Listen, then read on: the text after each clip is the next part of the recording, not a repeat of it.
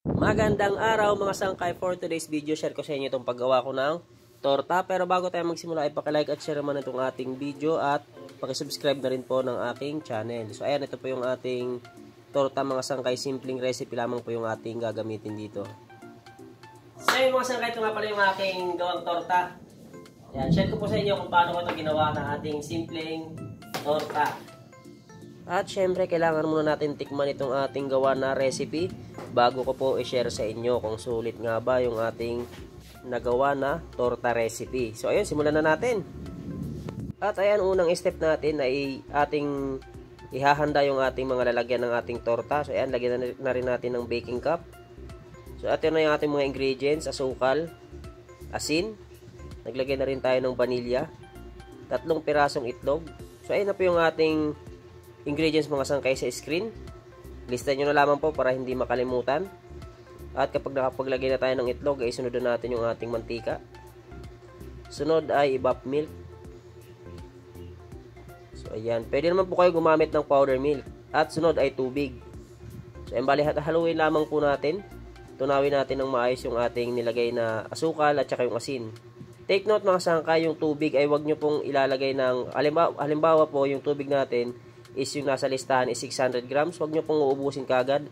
Bali, dalawang lagay ko po yung 600 grams. Una kong nilagay yung 400 grams. Nagtira ko ng 200 grams. Kasi minsan mga sangkay, yung ating harina ay mayroon pong malakas sa tubig at mayroon din naman hindi malakas sa tubig. Kaya po ganun, kapag naglalagay kayo ng tubig, ay huwag nyo pong bibiglayin na isang lagayan lamang po.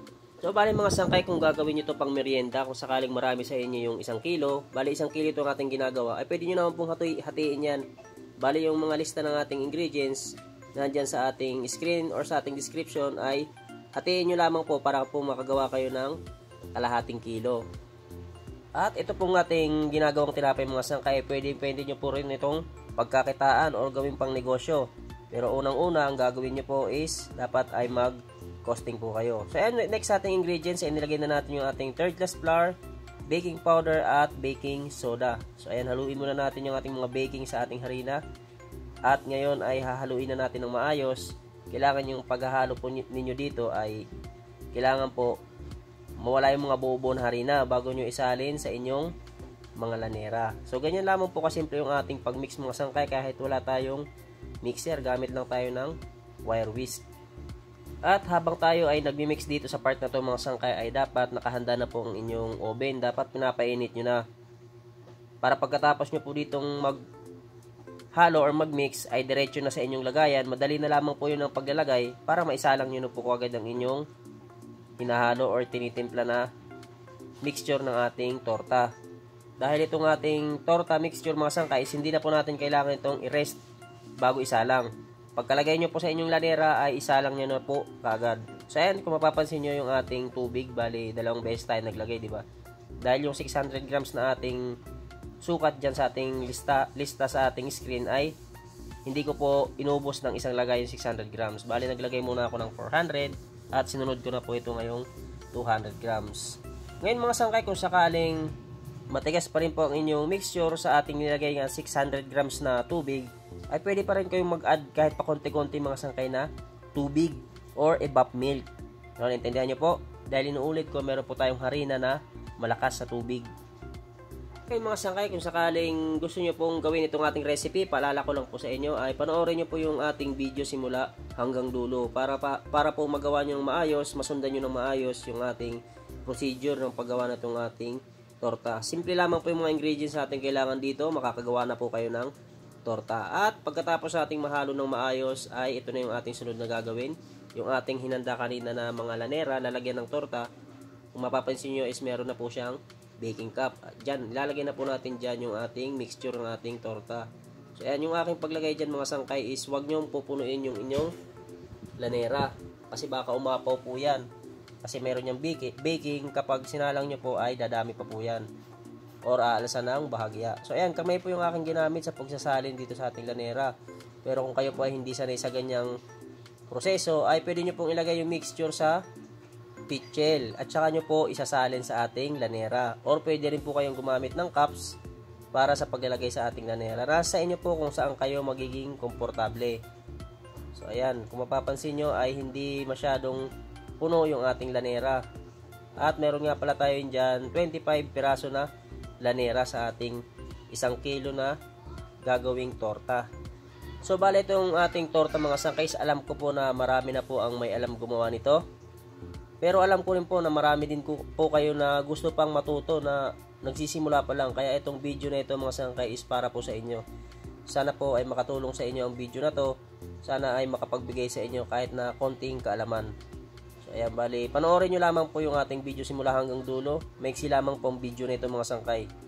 Para po kung sakaling gagawin nyo ang ating torta recipe ay magawa nyo po ng maayos. So ayan, yun ang ating torta. At kung sakaling kayo po ay mag-mix, ay i-double check nyo po yung mga ingredients na inyong ilalagay bago kayo maghalo ng mga ingredients para po maiwasan nyo yung pagkakamali. Dahil sayang po yung mga ingredients, ang mahal po ng mga ingredients kung sakaling magkakamali kayo sa pagtimpla nitong ating gagawing tinapay. So ayan, sa part na yan mga sangkay, kung sakaling nailagay nyo na lahat sa inyong mga lanera, kung papansin nyo meron tayong mantika at plastic. Ayan, yung plastic na yan, saktong-sakto po yan sa ibabaw ng ating lanera. Bali gagawin lang natin pangguhit yan, bali gagawin natin cross yan mga sangkay. Sausaw nyo yung plastic na yan sa mantika bago nyo ipangguhit dyan sa ibabaw ng inyong torta mixture. So ayan, yung ating plastic pala mga sangkay is DIY lamang po yan. Bali sa ano yan, sa may takip yan ng aking timba ng margarine. Yan, pinormahan ko lamang po at sinukat ko lamang po yung para sakto sa atin sa ibabaw ng ating torta. Pinuulit ko dyan sa part ng mga sangkay, dapat is nag-iinit na po kayo ng oven para po kung sakaling natapos na po yung part na yan dyan sa ating step na yan, ay pwede nyo na kagad isa lang itong ating torta na nakalagay na sa ating lanera. So ayun mga sangkay, kung sakaling nagustuhan nyo itong ating video ay pakilike at share naman po ng aking video na ito. At syempre kung hindi ka pa nakapag-subscribe ay subscribe mo na rin po yung aking channel. Pindutin mo na rin ang bell button para kayo laging updated sa mga upload ko pang mga video. At next step natin mga sangkay, ito naglagay tayo ng palamuti sa ibabaw ng ating torta. Bali meron po tayong pasas. Ayan, nasa sa inyo po kung ilang pasas po yung inyong gustong ilagay dito sa ating torta. So puntahan nyo na lamang po yung ating ingredients mga sangkay sa ating description kung sakaling hindi nyo napansin sa ating screen. Nandun na po nakalagay lahat ng kompletong ingredients. Naka-convert na rin po yun into cups at tablespoon. Para kung sakaling konti lamang po yung inyong gagawin ay kayang-kaya nyo pong makagawa sa inyong bahay gamit ang ating cups na pangsukat at tablespoon. So ayan, bali simpleng recipe lamang po ito. Sana po kung sakaling gagayahin nyo ito ay magawa nyo po ng maayos. Magiging masaya po ako kung sakaling gagawin nyo po ito at magawa nyo po ng tama. So ayan, simple lamang ito mga sangkay, ating recipe ng torta. Alam kong kayang-kaya nyo po itong gawin. At ito na po yung ating torta na ilagay na natin lahat. Naguhitan na natin sa ibabaw at meron ng pasas. Next step natin ay isasalang na natin dahil nakahanda na yung ating oven na pinainit. So ayan, yung ating oven dapat is nasa 200 degrees Celsius yung init. Ayan, isalang lamang po natin sa ibaba ng ating oven. At antayin po natin dyan maluto yung ating torta. So napakasimple lang, di ba? So kapag naisalang nyo na, ay antayin nyo na lamang po maluto yan. Next step mga sangkay, ayan, after 8 minutes ay kakalangan ko po yung oven at magbabawas po ako dyan ng apoy. At after 8 minutes simula nagbawas tayo ng apoy ay ito na po, bali 16 minutes po nating isinalang bago naluto itong ating torta. Inuulit ko, 8 minutes. After 8 minutes mula nung ating sinalang ay nagbawas tayo ng apoy. Kinalangan natin yung oven dahil sobrang init. At after 8 minutes nun, simula nang tayo nagkalang ng oven ay luto na yung ating torta. Bale, niluto natin yan ng 16 minutes. So ayan na po yung ating bagong luto na torta. Sana po ay makatulong po sa inyo yung ating video. Huwag pong kakalimutan mag-like at share ng ating video bilang suporta na lamang po. At pakisubscribe na rin po ng aking channel. Thank you po. Sana po ay makatulong sa inyo itong ating simple recipe. Maraming salamat po sa panonood.